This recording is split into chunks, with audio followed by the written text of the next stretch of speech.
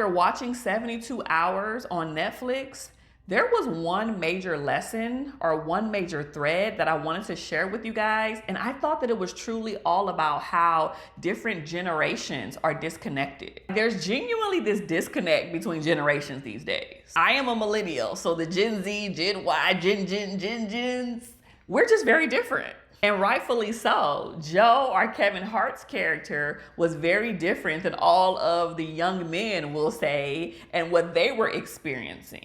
They didn't understand each other, got annoyed with each other's differences. But instead of staying apart and making the divide wider, they learned from each other. I want you to take that and apply it to real life. What are some things that you felt like you have learned from generations, whether that is the generation before you or the generation coming after you? Put it in the comment section along with letting me know what you guys thought about 72 Hours on Netflix. Because from my perspective, I feel like Joe learned a very powerful relationship lesson from the groom-to-be, and that is what prompted him to propose to Jennifer. If it wasn't for that exchange or that whole 72-hour weekend, I don't know if Joe would have proposed to Jennifer. Joe also learned about emotional check-ins. It blew my mind when they were on the little party bus and they were supposed to be going out and having a good time. And they were like, before we go out, we normally do check-ins, and everybody went around the bus, so to speak, and stated how they felt. I thought that was really dope. You already know I love that as a licensed clinician. Tap into how you feel. Joe also learned how to be honest, because remember the big drug pen towards the end of this,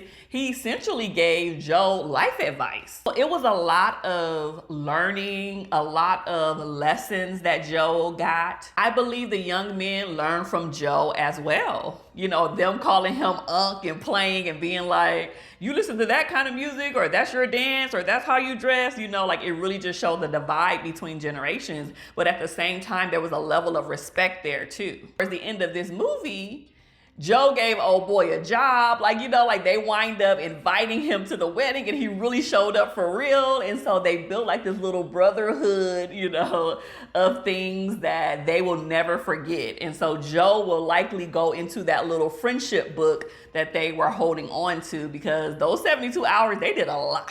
Because there was some gems throughout here. I feel like this isn't even something I wanted to include in here, but for the sake of this video, think about these three things. If you are about to get married, you should be excited about getting married, okay? This is not the time to be 60-40, I'm partially in, I'm partially out, I don't know. You should be 110 locked in. Also, don't ever let someone, male or female, whatever your partner is, make you wait for marriage forever. Like if this is something that you want and that person isn't providing it to you, guess what? There's somebody out there who will. Move on. Why are you staying stuck somewhere with someone that's not going to be able to fulfill that need? Y'all are not compatible. Y'all are not equally yoked. Move on. Think about how friendships change over time. Even with two of the boys, the groom-to-be, I can't even think of their names, I'm sorry, the groom-to-be and his other friend that were like besties.